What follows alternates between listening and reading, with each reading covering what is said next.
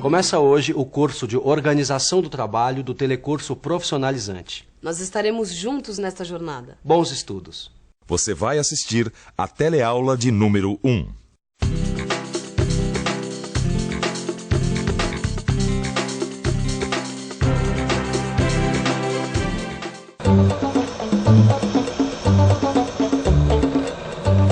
Trabalhar na indústria não é só ficar em cima de uma máquina, não, senhor. Tem horas que a gente precisa parar essas máquinas e usar essa outra máquina aqui.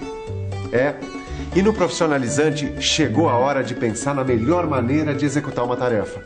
Está na hora de pensar na organização do trabalho. Prepare-se, você vai aprender muita coisa nesse novo módulo. Nas teleaulas desse módulo de organização do trabalho, você vai aprender muita coisa sobre produção e produtividade. Vai aprender como se faz a simplificação do trabalho, como se organiza o espaço físico de uma indústria, como organizar a produção em função do cliente e como colaborar para melhorar a relação entre diferentes setores. E nessa teleaula de hoje, você vai começar a entender o que é organização do trabalho. Nós vamos lá para dentro de uma empresa para que você veja de perto a importância da organização, conhecendo uma pequena fábrica, criada por 3 ex-empregados de uma grande indústria, o João, o José e o Aderbal.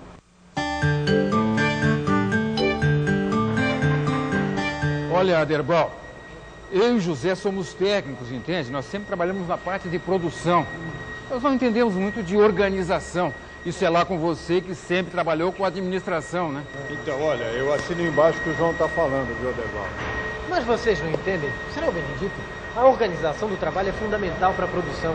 E só vocês podem ajudar a organizar melhor o trabalho aqui dentro. Tá bom, então você dá um exemplo para nós do que a gente deve fazer para organizar melhor as coisas, né? Olha, fazer o trabalho ficar simples, sem complicação nenhuma.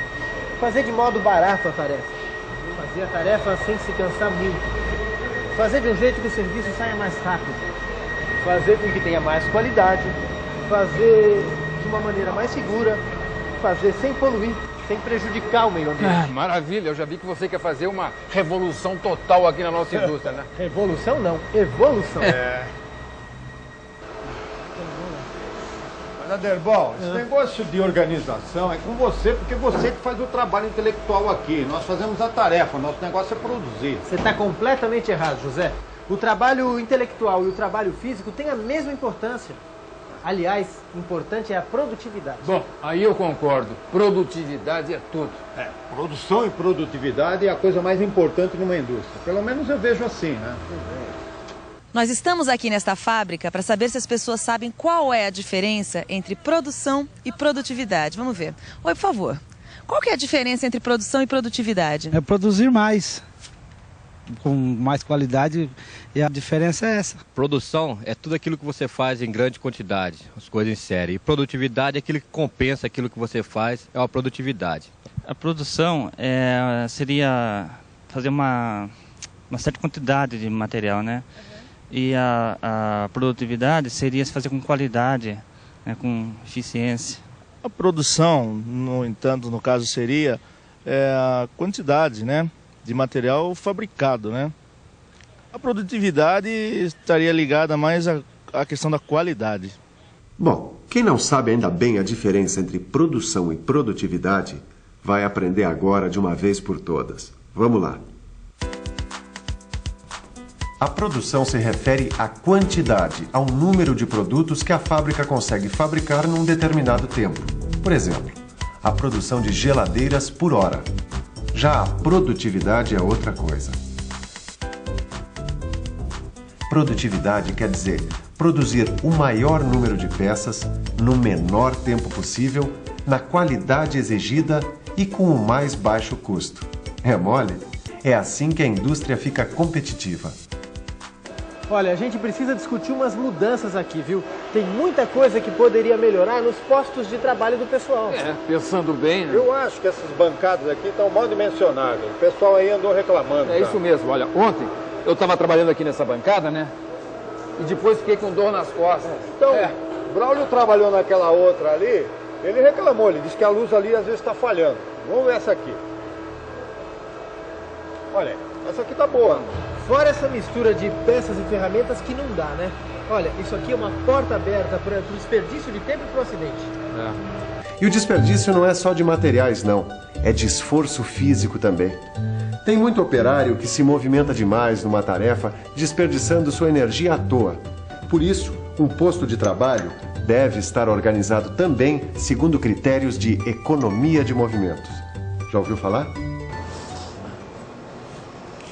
Ô Silva, você já ouviu falar em economia de movimento num posto de trabalho?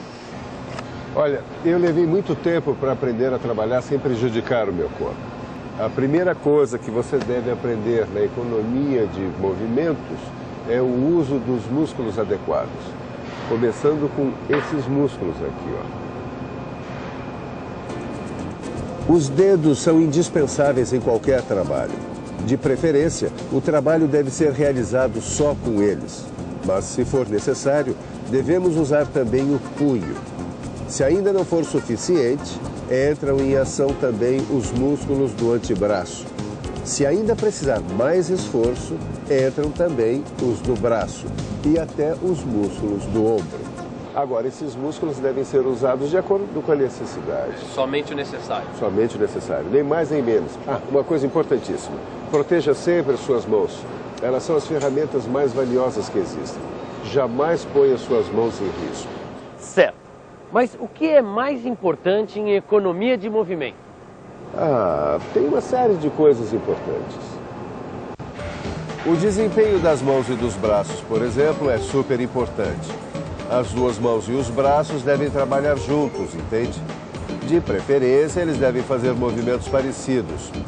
Outra coisa importante são os movimentos curvos. Os movimentos dos braços e das mãos devem fazer curvas contínuas, sem paradas. Quer dizer, sem vai e vem, mas em círculos contínuos, como quem insere uma superfície. Mais uma coisa importante, o ritmo. Todo o trabalho deve ser feito com um ritmo, com uma cadência.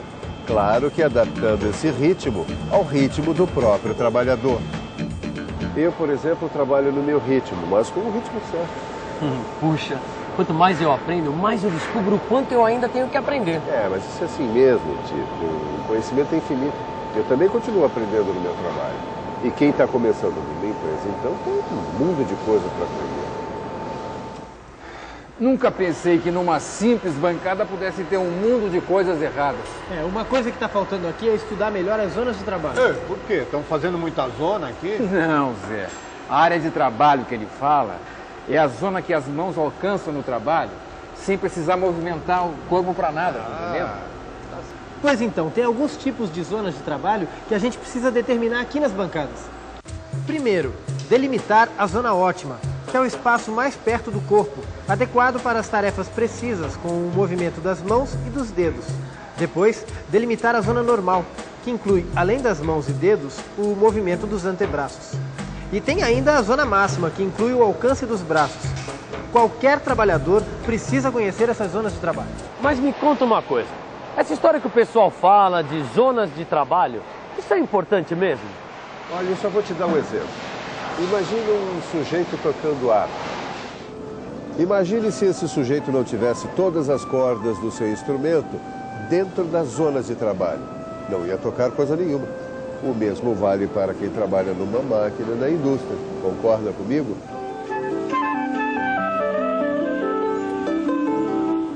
A gente tem que concordar que fica outra coisa trabalhar com as zonas certas, conforme a necessidade desses movimentos previamente estudados. Mas a gente tem que pensar na altura. Tem gente reclamando da altura dessas bancadas aí.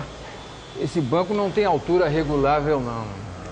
Vamos ter que comprar umas cadeiras com altura regular. Além disso, o que me incomoda é essa bagunça com as ferramentas, viu? Quanto a isso, eu já falei. Temos um quadro aqui direitinho para guardar cada coisa no seu lugar. Fixamos o quadro na parede, colocamos cada ferramenta no seu lugar e assim fica tudo muito bem organizado. Assim também, na hora de usarmos essas ferramentas, elas deverão ficar na ordem de utilização para o trabalho, tá? E o trabalho tem sempre que acontecer nessas zonas, de preferência na zona ótima e normal, tá? deixando sempre ao alcance da mão objetos e ferramentas, tá? Agora, amigos, isso não é tudo, sabe? Ainda estamos longe de uma boa produtividade. Temos que organizar melhor o trabalho aqui dentro. É verdade, nós precisamos organizar essas zonas aqui. O importante é que você aí do outro lado da tela também está percebendo quanto tempo, quanto esforço, quanto material é jogado fora quando um posto de trabalho não está bem organizado para a produção. Foi a irritação que dá quando procuramos uma coisa que não está no seu lugar e não a encontramos. Aí não dá para ser produtivo. Mas você não vai esquecer dessa teleaula nunca mais, eu tenho certeza.